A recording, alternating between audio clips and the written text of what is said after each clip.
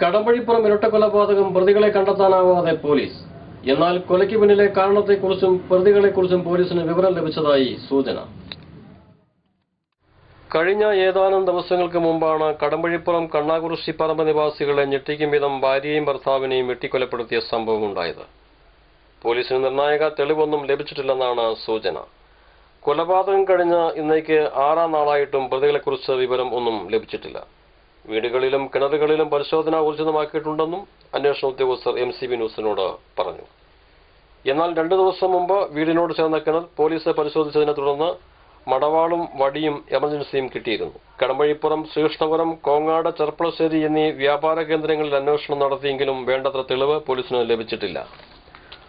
തുടർന്ന് തിങ്കളാഴ്ച രാവിലെ വട്ടമ്പലത്തുനിന്ന് ഫയർഫോഴ്സിന്റെ സഹായത്തോടെ വീണ്ടും കിണർ വറ്റിച്ച് പരിശോധന നടത്തിയെങ്കിലും കാര്യമായ തെളിവൊന്നും ലഭിച്ചിട്ടില്ല.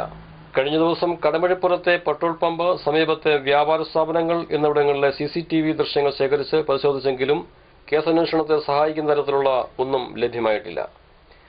മോഷണം നടത്തുന്നതിനിടെയുണ്ടായ കൊലപാതകമാകാമെന്നാണ് പോലീസിന്റെ നിഗമനം.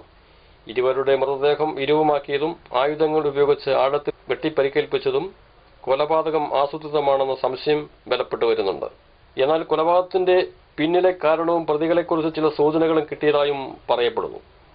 ചെർപ്പളശ്ശേരി CI ദീപകുമാർ, മഞ്ചേരി CI ബിജു, മറ്റ് വകുപ്പ് ഉദ്യോഗസ്ഥരും വട്ടമ്പലം ഫയർഫോഴ്സും സംഭവസ്ഥലത്ത് പരിശോധന നടത്തിവരികയാണ്. MCB news, Kadampazhipuram.